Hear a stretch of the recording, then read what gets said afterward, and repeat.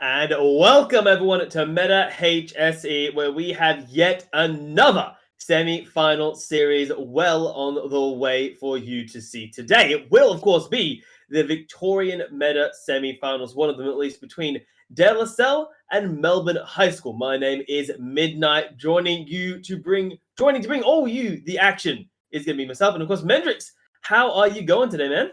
Going excellent, my friend. Happy to be through work, ready to see what these kids can bring to me, because to be honest, I'm down for a very competitive game, which is what we're expecting to come through today. I'm really excited to see what these guys put on show for us today. Yeah, it'll be very exciting to see how this team does, as we will be diving headfirst into Champions League. Before we do, Mendrix, I feel like it is worth noting, of course, this is one of the two semifinals taking place today. The other semifinal is going to be the other Melbourne High School team facing off against St. Mary's College, and hopefully we'll get updates on that throughout the course of the day, and we can find out, how the other semi-final is going. Because if we get a double Melbourne High School grand final, that'll be an interesting way for things to round off here in the Victorian series. Well, I mean, considering, that both the states right now also been in the way to lockdown at this point. Sorry, guys. I mean, look, it'd be interesting to see as well if it ends up being that idea of it being a Melbourne final, because then everyone can be cheering for themselves as well. Everyone can be happy in the scenario they know that, hey, New South Wales got what it deserved, considering that there seems to be offenders at this point. So I'm not so sure instigating a war between the states at this point. I'm from New South Wales, okay? So that's the way I'm looking at it. I'm a bit like, yeah, it's kind of my bad. It's our bad here. Maybe we should have been a bit better about it. So all good in that sense. We'll be diving into the game itself to see teams, and right now, both these teams, I quite like that this Champions, just the banning phase of round one is taking its sweet time, right? Because it's showing that teams have done their research. For example, the Swain, we know Dr. Dugong plays the Swain support. Yeah. So I love that they've done their research saying, okay, what can we manage? What can't we deal with? And what matchups do we really want to avoid? And of course, there's that other element of pick ban where you look at what they've banned and you say to yourself, are they banning that so they can lock in something specific for themselves coming in later down the track? It's all about that poker game where it is in that champ with all that pick ban selection. Another thing that I also really like about the selection of champions, which have been taken off the table, is they're not only just characteristically good champions in terms of playing competitive or in a 5v5 scenario, they're also really decent in solo queue. Some of the picks are really good in solo queue picks right now in terms of the meta. So in a sense of it, they're not only just targeting away what might be good in a team player sense, but also what's good in a mechanic sense. And when you start taking these things off the board, you start getting a really interesting composition of picks directly afterwards. Specifically the Alistar, against someone that typically, when most of the good champions are taken off the board, starts to make their way into the fray, because you know what they bring to that champion selection is just so good. Yeah, and I do love the Alistar there. Thresh isn't available. If you want another beefy champion and you're just not feeling the Nautilus, I like the Alistar. The Engage, unlike a Nautilus, is near impossible to stop, right? Nautilus, you can get the minions in the way or hide behind terrain. The Alistar just points at you and says, you, get over here. Or not get over here. You, I'm over there. Slams you on the ground. So I do quite like that pick there, but the other pick I do adore seeing. Kara has locked in the Orm, we'll assume, for themselves for the time being, and I do not feel... if I was Daiki in this top lane, I'd be a little worried, because Orn, it's just so difficult to play against, and if that becomes Karma in the bottom lane, even Rage on the Alistar has got a few problems to contend with now. Yeah, I mean, Karma's still been characteristically one of the picks of choice for support. Actually has been seen as well relatively in the higher echelons of play in both top and mid. Did take a bit of a hit in 11.14 with that auto attack nerf that came to her, but that being said, at the end of the day, is not the biggest nerf. What she really is, what really is her problem is the ability to spam that mantra, throw out those Qs, and basically clear waves instantly, which means there's going to be a lot of zoning pressure on that bot lane if that is where it goes. Oh my god. Yeah, no, that makes a lot of sense. I was about to say, the Cassidy here is ballsy. We both know that blind picking a Cassidy is dangerous. And I know, Mendrix, that Demon Slayer plays Zed. He was playing it earlier in the season. So the blind pick of the Cassidy is either the most confident move in a best-of-3 series I've seen in a while, or Demon Slayer's Zed slipped past the detection radar that De La Salle brought to the table for our first game. What was interesting here for Melbourne High is you could see they were actually, in the first few picks before they settled on, we're hovering the Zed, hovering the Ari, hovering the LeBlanc. Demon Slayer is not just a Zed player. I think Demon Slayer is literally an assassin player. Likes to pick up those particular ones, really puts a stamp on the game as well. The other thing they also hovered was the Lysandra, which was more of a team player pick. So you could tell they're actually thinking, okay, we want to get Demon Slayer on priority, but we don't want him to be basically picked out or counter-picked in the scenario. So let's actually just wait, grab the Ornn, hold it off a little bit, see if we maybe can get the mid lane pick out of it. And you could tell they were so quick on picking the Zed up directly afterwards when they saw that Cassidy come down. That being said, because this is a bit of an open round between the two teams, there is some player mismatches in terms of things being said. Cassidy or Zenith in this scenario is actually one of the higher rated players for D.L. Salle when I look at their rank specifically. So we're going to really be, like, Demon Slayer is going to really be leaning on that experience of being an assassin player and understanding how that role works, because I reckon when it goes down to mechanics, Zenith's going to have the edge. Yeah, but then you would kind of hope that Demon Slayer, as a prolific Zed player, knows how to play that champion damn well, assuming this isn't the jungle Zed that we see so often. But I know, based on what I've seen from Demon Slayer in the past, there isn't a world where this isn't their Zed in the mid lane. So yeah, I'm very interested to see how this middle lane matchup goes. And I think alongside that, the jungle matchup is going to be really, really important, because obviously Zed isn't allowed to play aggressive unless they've got, vision control, or at least they're safe from, the Viego just rocking up into the mid lane and killing them. So whoever Phoenix he locks in, I feel like has to be a proactive jungler that can really sort of make sure that there's vision control. And if Viego rocks up, they're going to be available for a counter gank. Yeah, Viego sits in the middle of that wave clear versus the ability to gank sort of junglers into it. Doesn't really have a specific strength that he leans on in particular. He's able to be very versatile on whether he wants to be a ganker or if he wants to be a farmer. And that means that you do need to have someone that basically is able to limit that strength by saying, you know what, I lean on ganking, I lean on farming, and that's my way of actually edging out that advantage, having that little bit of extra, even though I have less versatility, I am able to actually edge out Viego in some way, who's obviously going to be changing up that pathing depending on how the game state changes. The Kayn pick here is actually something that's honestly a little bit of in between the middle as well. Kayn's got excellent AoE farming, but lacks a little bit when it comes to those single targets, which means that Kayn actually has the ability to power farm those AoE targets, then look for ganks directly afterwards, whereas Viego is pretty good at excelling against those single targets. So a little bit of a mix into it, basically the same sort of jungling style, but obviously they're going to be starting on different sides of the map. Yeah, but I do love the Kayn here, because I would love, again, I was talking about, I want to see a hyper-mobile jungler who can basically be at the Zed side when Demon Slayer decides to commit. Name a more annoying jungler to track in the jungle than a Kayn, with the exception of, like, Shaco and Evelyn, because they legitimately just turn invisible. Like, Nidalee. Thing is a Nidalee? Okay, yeah, but that's because Nidalee is in your jungle, killing all your stuff and denying everything. Which one, sorry? Graves. Okay, but that's... Graves isn't really a jungler at the moment. He's more of a middle player at the moment. I mean, you have to really put into it. We really had to bring that out, it's just like... Lilia, you can track her then, because you can kind of follow her pathing there. Ivan, well, no, Ivan's disgusting. If you're playing Ivan, get out of here, please. But the Kayn's mobility and the fact that it is hard to know where he's going... Why are you playing Aurelion Sol?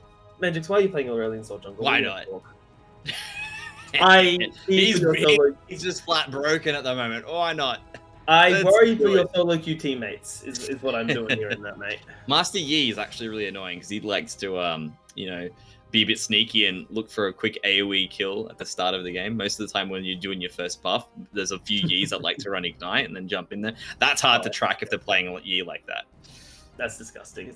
I'm just messing with you now. I know. I was like, how every single Zach's also really hard to track. Okay, so after a minute Olaf's pretty hard to track as well, because imagine like Olaf starting on Wolves. That's a big thing, and has the ability to choose AoE kill versus single target depending on the. I mean, if you want, I can keep going. Yeah, no. Okay, so I'm going to cut you off now by just saying that I like the Kayn here, and the criticism I would normally put at the Melbourne High School comp is perhaps the obvious one: a lack of serious AP threat. Because Karma's there, but Karma should be building support. But who on the other side is really going to benefit from that? Alistar's not going to get that tanky because it's a support. Yes, he has the Unbreakable Will, but that doesn't matter what damage output sources you have. Yep. And Set, again, is tanky, but Set doesn't have range. So all Jinx needs to do is stay outside of the face breaker range, and she should be fine to just free hit. So yes, but that all comes down to one thing. There is that ticking time bomb sitting in the mid lane that we all love at 35 minutes, and all of a sudden everyone's like, oh, it's literally doing its best impression of Jack Nicholson in The Shining. Basically just smashes down whatever door happens to be for Summer's Rift. Is like, here's Kassadin! And it is literally lights out from there. So I think a lot of it comes down to, Jinx is going to be able to use that range to the advantage, but if Kassadin is able to get rolling, if Xanad gets going, there's nowhere that Jinx could possibly hide that Kassadin can't reach her. So I feel like, to use an analogy from another game, that this matchup is going to be like a dragon versus dragon matchup in Pokemon. They are both super effective against each other, and whoever... it's going to be a bloodbath. If Kassadin gets that level 16, if Jinx gets to her late game and doesn't get one shot by the Kassadin. So a lot of exciting things coming into our first game of our best of 3 series here, guys. But do not go anywhere. We're back in just a minute for the first game here at the Meta Victorian semi-finals between De La Salle and Melbourne High School.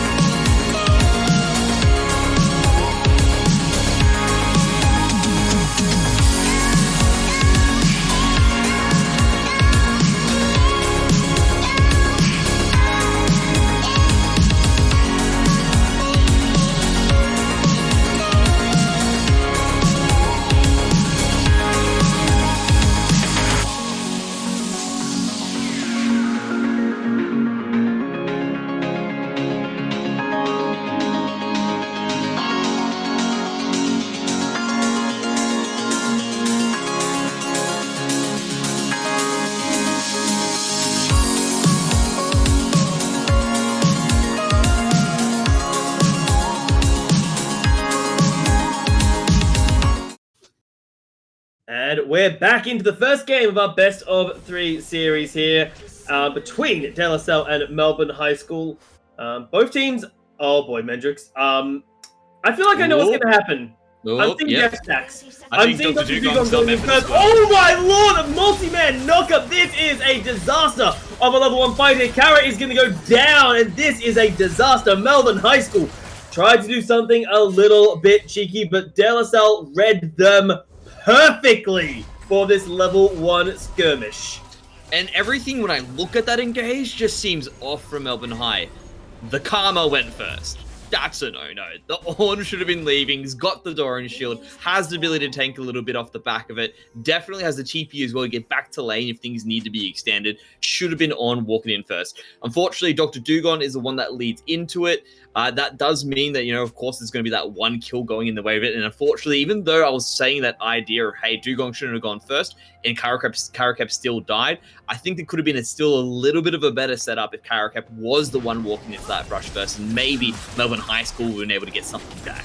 But also another problem for that was Rage Rider flash pulverize on the Alistar there. They were so tightly grouped up on the side of Melbourne High School that even if it was, the Orn walking in first, checking it out, that was still going to be a multi-man knockup. I don't think Melbourne High School were expecting a 5-man fight, just because the Alistar provides so much in those kind of level 1 exchanges. So Heartbreaking. Well, I mean, you have to take into account the other aspect here that you said before. You even pointed out the fact that he has got the flash heal as well means jumping into the middle of those fights makes it even stronger at level 1 because he's then able to not only just use the heal on himself, but obviously affect everyone around him at the same time, which means he's definitely going to survive. They're going to get the extra bonus off the back of it. And also with 200 years holding exhaust for a little bit later is going to be better, but Rage Rider might be in trouble here.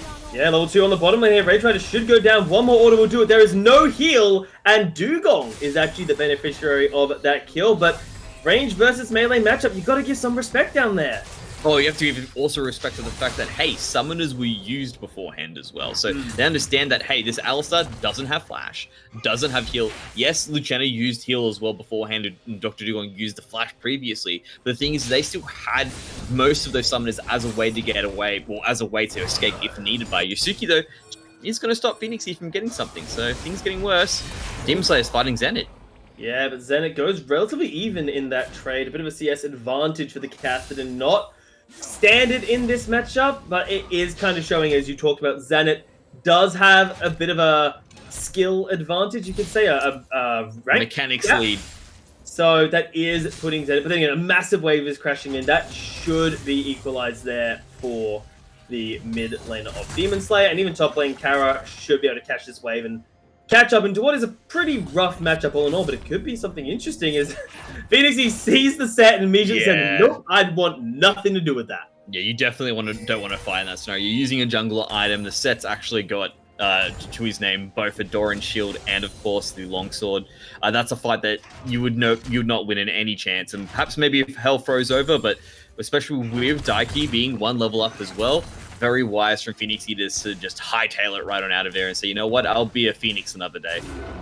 Yeah, Phoenix still has a lot of options here. Go for an early recall, picks up a Ruby Crystal and a Longsword to boot, and I think obviously Phoenix is aiming to go for the Rast setup here. He's running the Conqueror, but I feel like bot lane is probably one of your better options to gank because you've got some setup in the the Karma, whereas top lane isn't looking great, and middle lane, you need to give them room to work with the Zed, but I don't feel like it's a gankable lane for you here. We can see at the moment Melbourne High are definitely trying to freeze that lane down on the bot side to give it a little bit of edge for Phoenixy to make them move into it. But mind you, it becomes very hard when Lucina decides to actually just fast push that wave. And I guess it's what's a good advantage of having the Jinx and the Karma. You can actually hold on to the waves when you need to. When you're ready to push hard, you can actually shove it in. And choosing to push harder as soon as Kane made his way down. Daiko gets some decent damage into Karakep, but it is a decent trade backwards as well. Yeah, so far, Izza's trading is 200 years at dodging that by the skin of their teeth in these situations. But this could be where we start to see some proactivity coming out from the Melbourne High School lineup. As Demon Slayer is feeling confident right now, but doesn't have the level 6, but does get the Electrocute proc and Zenit. While they do have 2 bits of cloth in their pocket, I'm not so sure that's going to stop a level 6 Zed, considering that shouldn't be too far from the mark. And I think Zenit's forced to recall once again. It does have the potions chugging, but as you can see, there's a nice flash pulverize. Yeah, Rage Rider sets it up. Lucina is going to fall victim here. There is no escape unless they use the flash and heal and shield. Everything being thrown. And now Phoenixy coming in from the back end there. Dr. Dugong gives enough room to back out. There is Demon Slayer. Camera pans them in. Ignite flash. That burn will be more than enough there. And Demon Slayer showing that, yes, you may have a higher rank than me, mate, but I know this matchup better than you. Yeah, the experience really coming through there. Demon Slayer, even with a little bit of a cool back fadeaway after putting the explosion onto Zenit. And all that comes down to Zenit just not showing that respect. I said, yeah, he's got some potions chugging. He's got a little bit that can make it work in the end there. Should be all good to us. Never mind, though. There's a bit of a wrestle up top side. Okay, he's going to get away. Yeah, all of it really just comes down to that respect not being shown. And I would have actually liked it if Zenit did actually go back and then use that teleport to come back in. So that would basically protect the Zenit from being blown up by the Zed directly afterwards and really just slowing down the progression of that insane late game that Zenit's got the capability to pull out. So this is definitely something that Melbourne High needed going forward. And it's going to be good for Demon Slayer to actually give a little bit of pain back to the higher ranks that typically like to play around a bit more. Yeah, you can fight back on a champion you're more comfortable with. Then it's just by nature. If you run into a champion, you're like, oh, I haven't played this matchup a ton, or I'm not so comfortable in it. And it's a bad matchup for the Casterman, right? There's no two ways about it. It sucks to be the Casterman. Your entire identity is, hey, look at that mage. Screw them. And then Zed's looking around like, I see no mage here other than you, so no, screw you in this case. So the triple cloth armor I've just noticed on Xanath. He's I think he's realized, okay, I need to be careful. Oh, absolutely. You can tell he probably would have gone for a Seeker's Arm Guard. I think what he was looking to do there was waiting for a specific back point. But the thing is that because he did that, he did give away that kill. You can see he's managed to pick up that Dirk there instead. And because that Dirk's now in play, Demon Slayer is already able to chew through all that armor that has been bought by Zenith, and it does mean there's a massive advantage for Demon Slayer here just because of that one mistake. Yeah, exactly. What is it? 10 lethality for this Ready Dirk, plus 30 AD. And of course, each armor only provides 50. Each piece of cloth is only 15 armor. So that's 45 armor versus, what, 45 attack damage from the two items, not to mention the lethality the Serrated Dirk brings to the table. And now, Demon Slayer on that level 7. There is nothing stopping Demon Slayer if he pokes down Zenith, to half health, from just dropping the death mark on him, going for that kind of all-in. Because what Zenith meant to do, you can't crowd control the Zed. The best you can do is run away, and I'm not so sure that Demon Slayer is going to let you run in this mid lane, showing the proficiency on the champion that they have been so far. I mean, if there's one champion that can run, it's definitely Cassidy, but he doesn't have the mana pool at this point to make it happen. So, as you can see, he's just continuing to whittle away, waiting for his opportunity to strike. Speaking of which, Phoenix is making theirs, or Melbourne High is making theirs in the bot lane. Here we go, though. Rage. I think Rage will be the victim here. Did try to be cute, but those flame chompers are going to be so annoying. A couple more hits around it. He's a cow, man. It's just like, what's this? You put a gate up? That's fine. I'll just walk around the gate and they'll go to greener pastures. There we go. Brilliant. That's it. I really like what Rage Rider did. He actually pushed away Phoenixy so far that they weren't able to be a cohesive unit when on that initial engage, and that's what allowed him to also just walk it out afterwards. Also had the heal for good measure as well. Yeah, gets out in one piece, and now dropping the Brook Tower mid is actually really good here. It's Deathmark coming through onto Zenith. Zenith needs to run there. The Shadows forward. That is a dead Kassadin, and now Yo is going to go down as well. TV coming in for the back end there. Supermaker Deathmark not connecting, but Yo falls victim. IK comes in, but the exhaust is immediately dropped. The glacial augment that Dr. Dugong is rocking slows them down so much so that can't get involved. Double kill into that situation. The Zed now sitting on 2 kills. Demon Slayer having a great game so far. Now, you could also tell Phoenix, he's been running around trying to make ganks happen and work, and it's definitely been getting a lot of pressure for Melbourne High. That's what allowed Dr. Dugong to roam up as well. Daiki's looking to fight Karakap here. Yeah. Doesn't think Karakap wants to go. Yeah, he got Call of Forge, got the Haymaker not able to deal the damage output, but Orn does not care. Right. It's a possibility he might look for a dive here. Nah, surely not. Against a set, diving is so risky, but he goes for it anyway! The clapping is waiting to happen, gets the clap, and gets out in one piece. I wasn't a believer, Mendrix, but I see different now. Oh, man, I'm telling you, I'm a top laner by measure. I know what happens. You're gonna I'm like, he's just tanking these minions for a very long time. I'm getting a little worried. I was like, Karakap, what are you doing? Okay, good. He's managed to get away. He's gonna do a little bit of a dash just to make sure as well. He's gonna be out of it. My God, I haven't had a League of Legends player make me score that loudly in a long time. I must admit. That being said, look, a lot of it comes down to the fact that Karakap doesn't have, on the Orn, has a decent amount of percentage health damage, which means that once you are below that particular threshold, it's just a matter of landing that combination, and then you can land the dive. As you can see, he was able to land his Q, which meant that he had the ability to push the knockup with that extra damage. As long as he lands his Flame Breath and then gets the brittle hit onto Daiki, he's going to drop down. That's exactly what happened. Well, works out quite nicely. 20 CS down, but is easily able to make that solo kill work even a little bit closer. Taking a look in this middle lane here, Demon Slayer has the Death Mark available, is not feeling confident, and based on what Zenith has purchased, I don't necessarily blame him. That is a Frozen Heart first item build path coming in here for Zenith. And again, if those of you who are not aware of the Frozen Heart... Is that Tank Castellan build? I think it's a Tank Castellan build because you got nothing but physical damage against you, but we might have a fight. As TP comes through, the teams are posturing, Mandrix, and we will have a fight for Dragon number 2. Yeah, they're looking really good in that sense. Karakap is so powerful at the moment, and there isn't really any magical damage that can be a threat here, so I'm really looking on Karakap to land a decent engage, and I think Melbourne High School should be able to come out on top considering how much gold they have extra in this scenario. Kara is waiting to get his ultimate. I just realized Call of the Forge isn't available, so they can't do anything with it.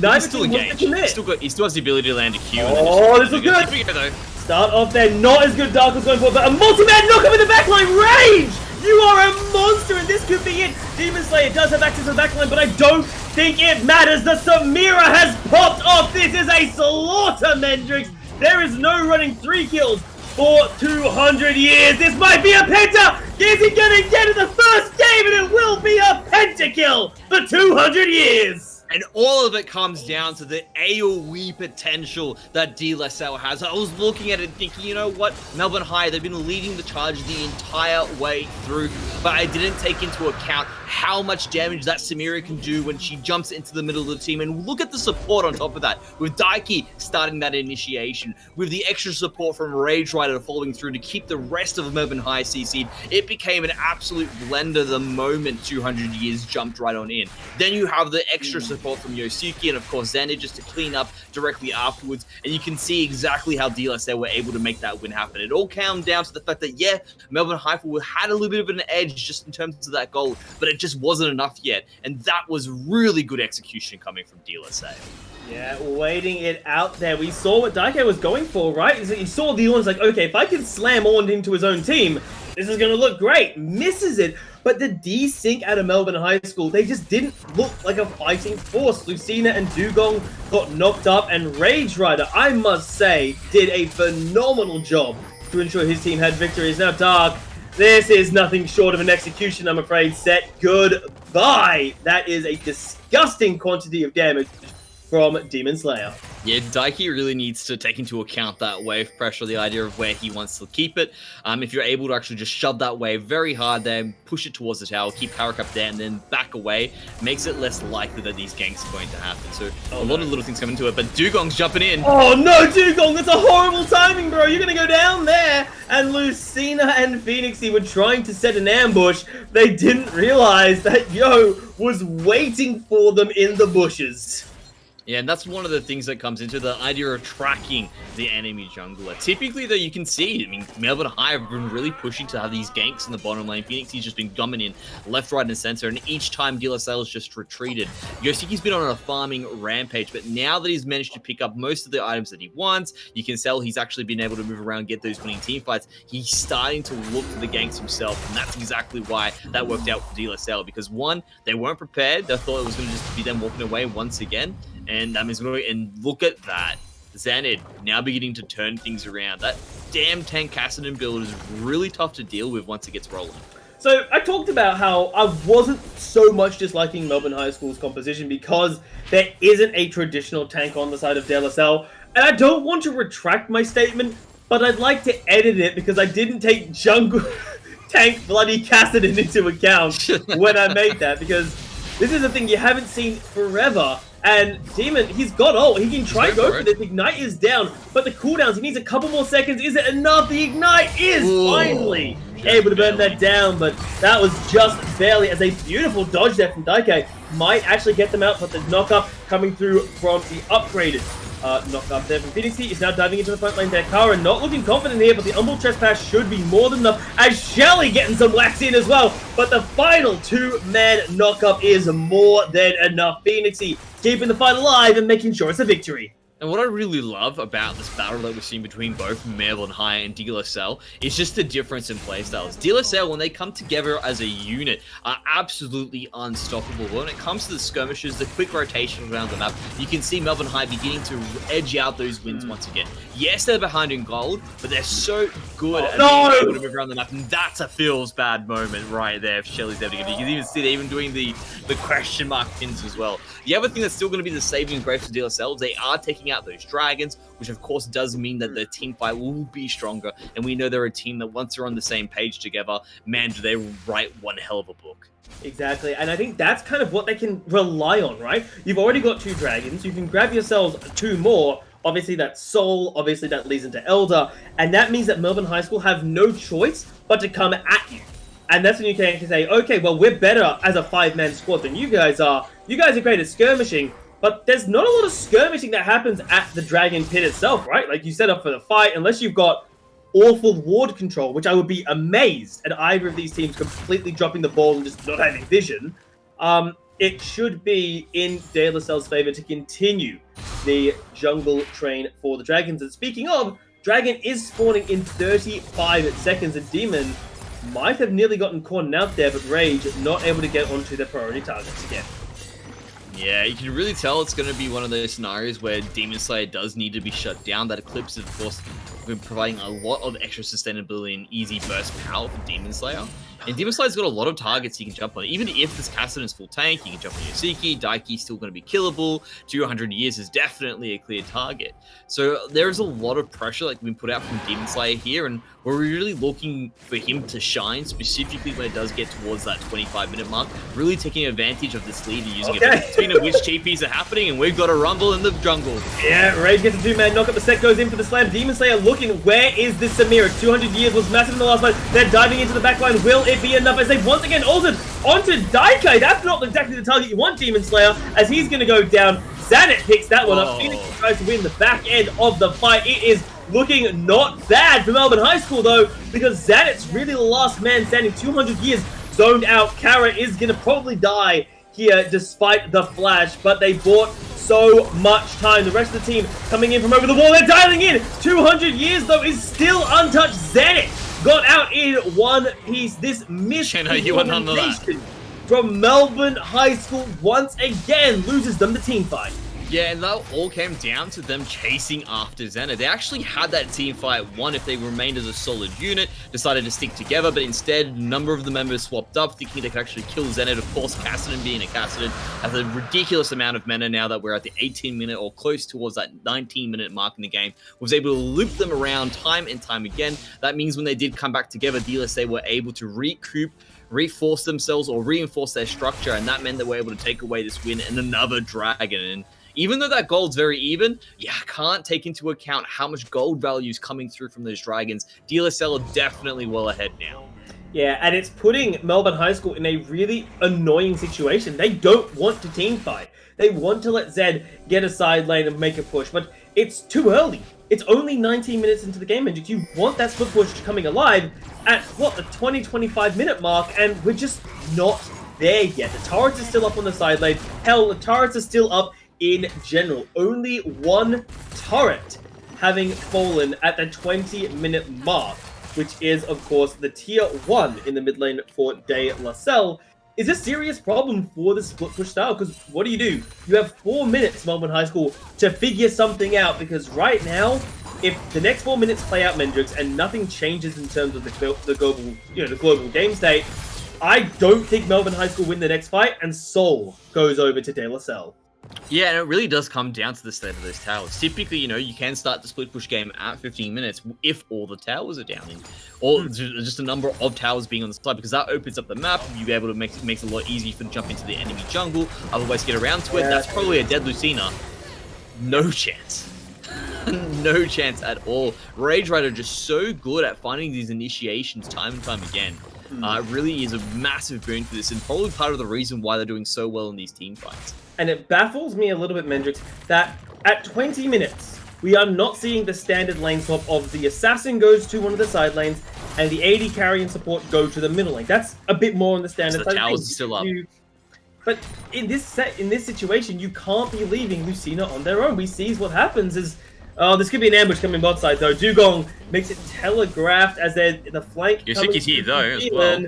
They know it's here. It's a 3v3 at the best of times. They need to get access to 200 years. The Samira and Viego are the primary damage sources. They'll get one, but 200 years gets access to that ultimate. Is it going to be enough there for the Inferno? No, answer is no, it is not. As a massive shutdown. Zenit. 100 gold, but Zenit on the cleanup crew. This is dirty. This is disgusting. Phoenix, you can run for it, but the Kassadin will arrive and claim themselves a triple kill. And that ticking time bomb has gone off. I mean, I loved Melbourne High School using their quick maneuverability again, using that to get an advantage here. But now, finally, Zenit's ready to enter the fray. That means it's going to be that extra member with the ability to move around the map. And Zenit didn't even use TP there. Just walked into as well, still holding on to those resources. And now that this is a Cassidy with a bounty instead of Zed, who was up so far before, things look dire. You can't split push on the Zed anymore because you've got someone that can easily match you and easily win out. And I think a lot of it now comes down to Melbourne High School finding an opportunity to get at least one of these members down before that team fight engages and hopefully winning with superior numbers.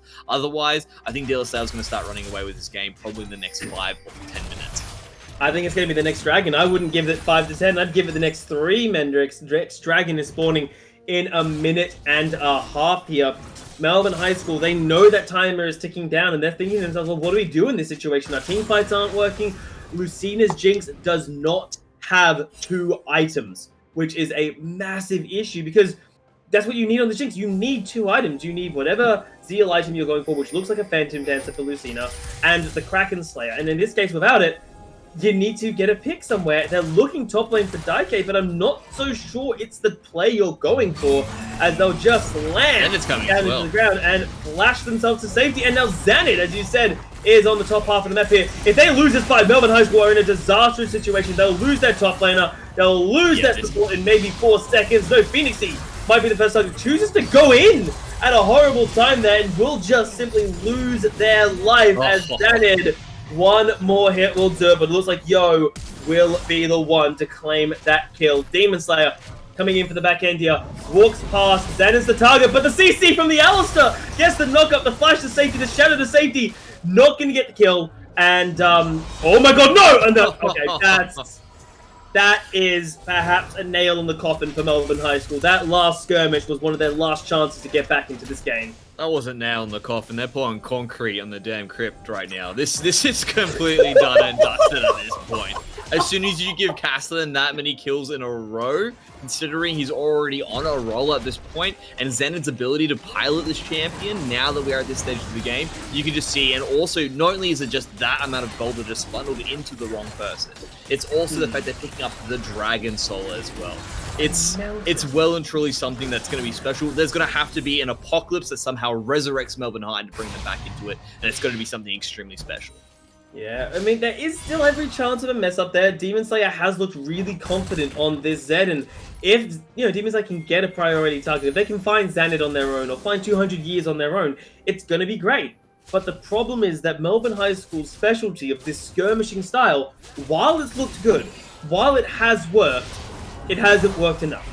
They haven't built up a lead in the laning phase, which is what you need to do with this approach to be able to carry that into the mid-game. So De La Salle are looking quite good here. The Mountain Soul for those extra resistances, making Xanid arguably unkillable, especially if Xanid goes for a Zhonya's. Xanid, please don't. For my sanity, I'm begging you, don't build a damn Zhonya's. But what do Melbourne High School do in this situation here? They're on a timer. They have 5 minutes, Mendrix, before the Elder Dragon spawns. The Baron is a constant worry for them. And in the 5v5, they've got to know, as well as we do, that they are not able to go toe-for-toe. The one glaring weakness in the De La Salle side right now is their ability, or lack of siege, actually. Their ability to not be able to perform it. You can see that most of their champions, they're either melee or extremely short range, especially looking at 200 years. So the moment they try to go into a siege sort of scenario, they're basically going to be caught with their pants down. They really need this Baron if they're going to be able to block it up, which means they should be pushing for so much control on this top side of the maps to make it as easy as possible. Because, of course, there's still ways to get back into this game by doing a decent Baron fight off the back of Melbourne High. That's literally what they're going to have to look for. Either they're basically playing around these 2 objectives in the Dragon or in the Baron because they don't have the ability to siege out it. And that really is what it comes down to. Melbourne High School can sit back, farm up, get themselves to be in a position where they're relevant, maybe catch up a member, but all of it comes down to Melbourne High School not making a mistake and then looking for that opportunity to pounce when De La Salle goes for these objectives. At the same time, De La Salle, that's exactly what they want as well. They love the team fights, they love forcing Melbourne High School into a bad scenario, so all of it now comes down to execution and on these crucial moments when that Baron and that Dragon's available. Yeah. Well, that does mean, Mendrix, it's going to be a little bit of a waiting game. 3 minutes 30 until the Elder Dragon, I should say, will come onto play. Of course, Baron's available, but neither team are positioned to really posture it. We're seeing Daike finally recalling from the bottom lane, but so far it is just a 1-3-1 split between these 2 teams, and I feel like if you're on the side of De La Salle, you're fine with this delay. Your Kassadin is level 16. They've really evolved into a big problem. Because that level 16 mask is What just... are they now? If they're not a big problem now, what are they? It's like a serious problem. Like, you've got, you know, that pain in your leg that you're like, oh, I should be fine. You put some pressure on your leg and your leg just gives. Like, it's that point. Level 16 is when you realize the doctor said that you broke your leg 6 months ago and you never went in to get it looked at. So I feel like at level 16, the leg just ceases from existing. It just disappears. Like you're walking along, level 16 ticks, and out of the blue, that part of the leg just goes. You fall down to the ground, you start rolling over, and a number of things happen. Everyone's like, "Oh God, I should have dealt with this earlier." Eh? But that's the thing. It's not like Melbourne High School has sort of let Xanad just play the game unimpeded. Demon Slayer was very aggressive. We saw the solo kill earlier, but the problem is that unfortunately that just was not enough to put Xanad down and out. He played it safe. He's now even got the Rift Maker to sustain in these later fights, and nearly a fully stacked Archangels, and of course the Frozen Heart for the mana and the damage reduction, which I think is something that cannot be understated in later fights, because even if you focus them, reducing all incoming damage by 15 health up to 40% is a ridiculous amount of sustainability given the Riftmaker healing that will be coming through in a team fight. I mean, take into account the fact that Xanad's already pretty damn beefy with the item build as well. A lot comes into it. Look at this. Just like, yeah, what, you're a Zed. I don't count. I'm going to keep coming into it as well. So you can see lots happening. Daiki, though, forcing a fight on Kara. Yeah, Rage even trying to get involved there. And this is just posturing for the objective. If Melbourne High School cannot get vision in their bottom half of the map, you know, 2 minutes, even 3 minutes before the next dragon spawns, they cannot at any point walk down there safely. They have to be slow, they have to be safe, they have to make sure that they're not just going to get ambushed. You can see that with Phoenix right now, right? He's trying to check the vision. Lucina is trapped in the middle lane, just catching the minion waves. It's a horrible situation for Melbourne High School where they're forced to wait, and if they check preemptively and find, you know, Rage Rider and maybe 2 other members of De La Salle, it's going to end in slaughter. Yeah, the only way they're winning these team fights is if they're the ones initiating it, and they just don't have the information available. DLSL's been doing such a good job of running into the map, placing down their vision of the area of the objective they want to control, and you can tell they're even being super conservative by waiting for the dragon instead of going for the Baron in this case. They go, you know what? Happy to wait that extra 5 minutes. We'll grab ourselves the Elder Drake, make it as easy as possible to win this game, because the big thing is, of course, that reduction or the ability to lose out on your resistances when you are going up against the Baron. That makes Melbourne High School have an opportunity to look for the attack. The Elder Dragon just doesn't have it, to be honest. Especially when you do have all those drakes underneath your belt, specifically the Earth Drake. It just means that that's going to be a tickling dragon, not really someone's going to be doing crazy amounts of damage. And that does mean it's going to be very easy for DLSL to re-engage a fight onto Melbourne High School if things don't go the way they want to on this Elder Drake. Yeah, well, Elder Dragon is obviously up and available now. Both teams just posturing around it here.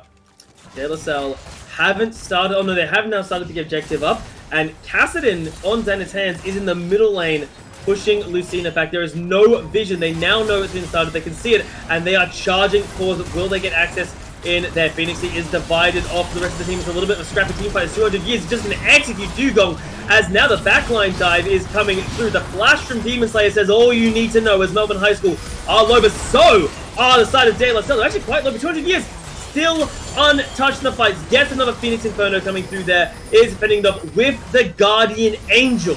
Lucina is forced to run away. Demon Slayer are their last 2 members. The Dirt Man knock up only connecting on 1. Running for the hills. The Grudge making this a sludge of a fight to get through. I wouldn't say either team won the fight, but De La Salle is still on the objective. Yeah, I mean, 3-2 up. They do have that open as well. So you can see, though, they're still going to be jumping into this. Oh, they could force off the objective here, but not able to get. But they can't give this up, right? You can never give up an Elder Dragon. You have no choice. You have to look for it. Ultimate is available on the Zed. If they're feeling confident, they should shadow back any moment. Will go for it now. On to 200 years. I'm not sure that's a priority target. This goes down. Not able to get the kill on that one. Dragon at less than health. It will be secured finally by the side of De La Salle. What a drawn out skirmish between these 2 schools right now. But it will be De La Salle securing themselves the Elder Dragon finally. And you can tell De La Salle is continuing to lean on their heavy team fight. The reason why it went so well for Melbourne High is because when you still have the Dragon wailing on you, it does damage. It was slowly chipping away at De La Salle when that elongated fight came into action. Rage Rider might be in a little bit of trouble here. I mean, I think he's going to get out because he ended up on the right side of the rock there, so it's all good. But what was really the big thing there was that Melbourne High did a good job at holding out, singling out the members, keeping Zenith down, and things, if they were able to execute that a little bit better, might have gone their way. But of course, De La Salle, with the extra strength behind them, the fact that they do have the ability to make a few mistakes, were able to edge out the win there. Now they're looking very dangerous, having 3 members with an Elder Drake online. Yeah, and in these sort of situations, I think the most worrying part is it's 200 years has access to that Elder Dragon there. And Zenith was, of course, dead, didn't get it, but still, one of the 2 primary carries has access to this ridiculous execute, not to mention the Collector and a Guardian Angel that was not procced in the last fight. So 200 years is arguably unkillable and will be able to basically single-handedly push Melbourne High School back. Melbourne High School don't have their jungler here. I don't know whether they don't know, but they are not going to be able to contest this Baron. And now, with both priority buffs in their hands here, I don't think Melbourne High School will be able to hold out, because you mentioned De La Salle's issue with their composition is their inability to siege. Well, with Elder and Baron, I think that problem's kind of null and void, Mendrix.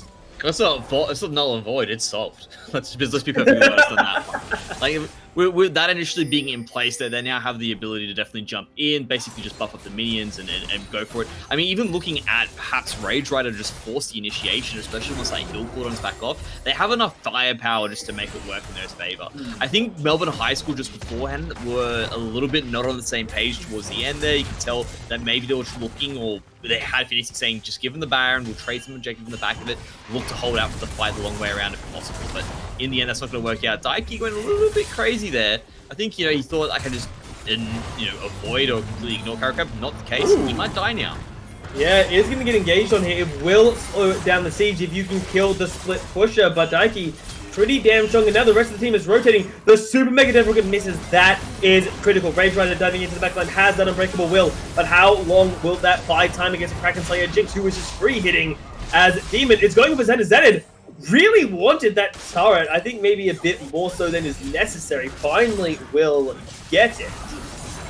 And Melbourne High School surviving, but survival, I'm not so sure how much that's going to get by them.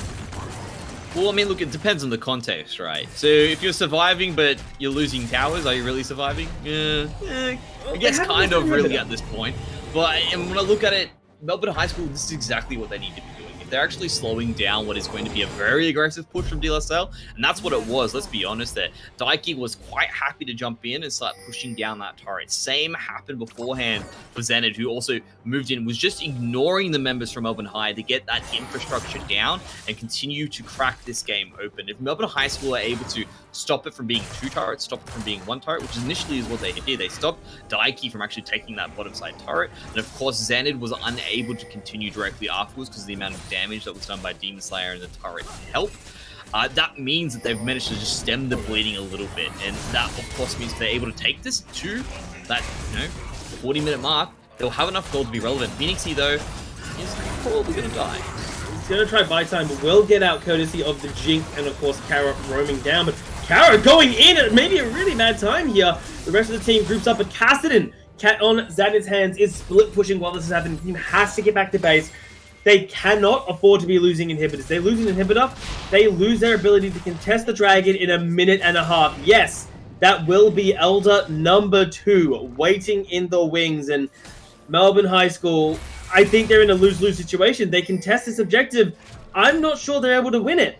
But if they don't contest it, they're giving away an Elder Dragon, which you just can't afford to do. I like what Melbourne High were trying to do. Let's bring 5 members to one of the weakest points that we can. If it's 5-on-3, we can get the win. And then from there, we can look to just sort of, again, triage areas that we need to directly afterwards. Unfortunately for them, though, they weren't able to find execution on that. You could tell they wanted to start that 5-on-3, but De La Salle wisely backed away. And because they do have that advantage in the split pushing Cassidy and the split pushing Daiki, they're able to find more more infrastructure around the map, and things just get more and more difficult for Melbourne High because of that.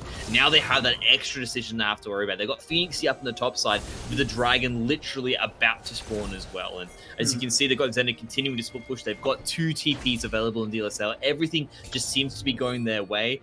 It really is going to come down to Melbourne High finding an initiation before that TP finishes. That's the only way they can win that next team fight. Yeah, but they've got to go before Xander gets any distance. They need to go now. This is good. Diving into the backline. 200 years gets knocked up as Kara buys a lot of room to slam down coming through there. Lucina is relatively safe. This is going great for Melbourne High School, but they need to win the fight. They need to win it now because the Xanit is looking to try and end this game if it is not there. TP now coming through there as Lucina finally gets cut down, not able to use the flash or heal. And Melbourne High School, things looked so good, but they were not able to win the fight. They were too far behind. They were not able to do it, and even Demon Slayer unable to make it out alive. And this is going to be the first game in our best of 3 series. Melbourne High School looked good, but unfortunately they also look far too mortal. Yeah, all of it comes down to DLSL's ability to win those team fights time and time again. I think Melbourne High really need to leverage their skirmishing ability before they do look for those objectives. If they're able to do that before those team fights come into play, or basically limit DLSL's team fighting capabilities, that's when they're really looking good. That's when they'll shine. And then at that point, once they've built up enough of a lead, then they can start fighting DLSL on their terms, not DLSL's terms. And we could probably see a different match, but this is looking super competitive as we continue.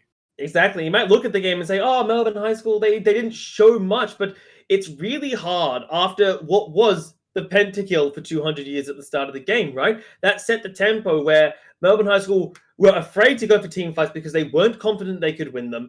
They sort of gave up on their skirmish-heavy style because it started to get to the point where, Zenit with the first item, Frozen Heart, wasn't able to die. So Demon Slayer lost pretty much any priority that the Zed would have granted you because of just the good build pathing coming out from Zenit.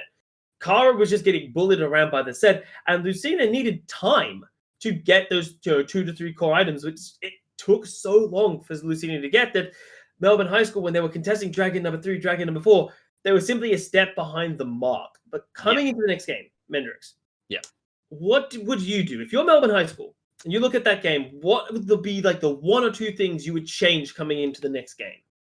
I feel that it literally is that idea of picking your fights, being able to give up objectives unless you're really on the front of it.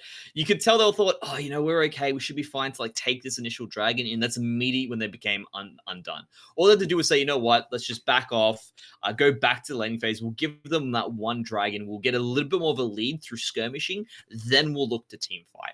Things become very different from there. But you could tell directly afterwards, as soon as their DLSL had a few team fights underneath their belt, when those skirmishes started to happen, they became elongated. DLSL were then able to rotate before, and the ability that Melbourne High had, which is to rotate that a little bit earlier, edge out that tempo, and then get the cheeky win because of that, was basically removed from that point.